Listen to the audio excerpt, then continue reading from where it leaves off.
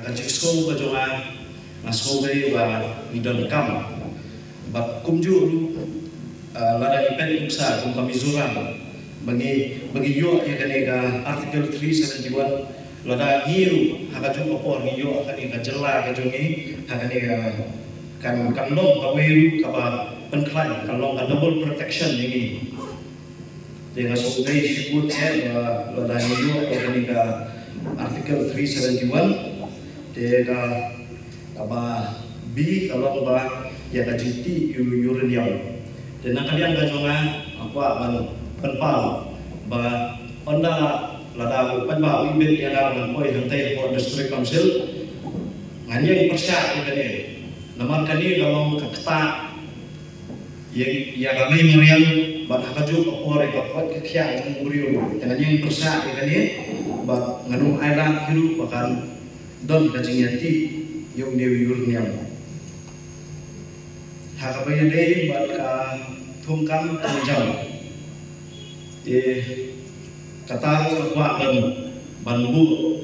ba dalam apa yang day kapo district council dalam pagba ibet yung yana ban poy katega 18 kaniga mokar bentor konsumensi ba ngila ba ngin bu kung kaganja kurun ansel kabangila bangi tungkam tungjam ya kita diberi hak kibanyo link bagi advertisement link bagi social media link bagi news bagila mga advertisement pakalong kabayak bet yang tadi pakanundon gano kajing tungkam sok ba kabanong kapufuat kabasida ba ya diberi hak baginyo kai kalai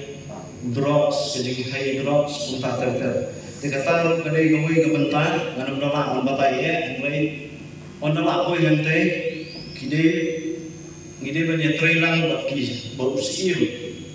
himam napa himam mendim hakatu papor ke district council beginilah manora ya kata kajing pahara dan resin kata apa ngipet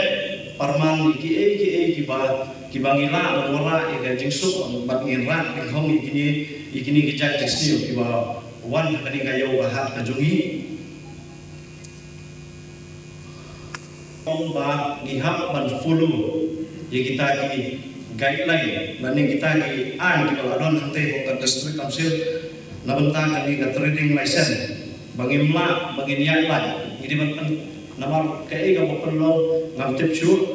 ya ga ya gini isnan ki baladai apa ngapai te henry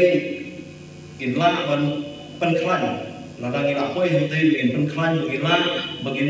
bagin penyat bagin pentrikam kita ki guideline kabapura bagina nanti alakam hakaju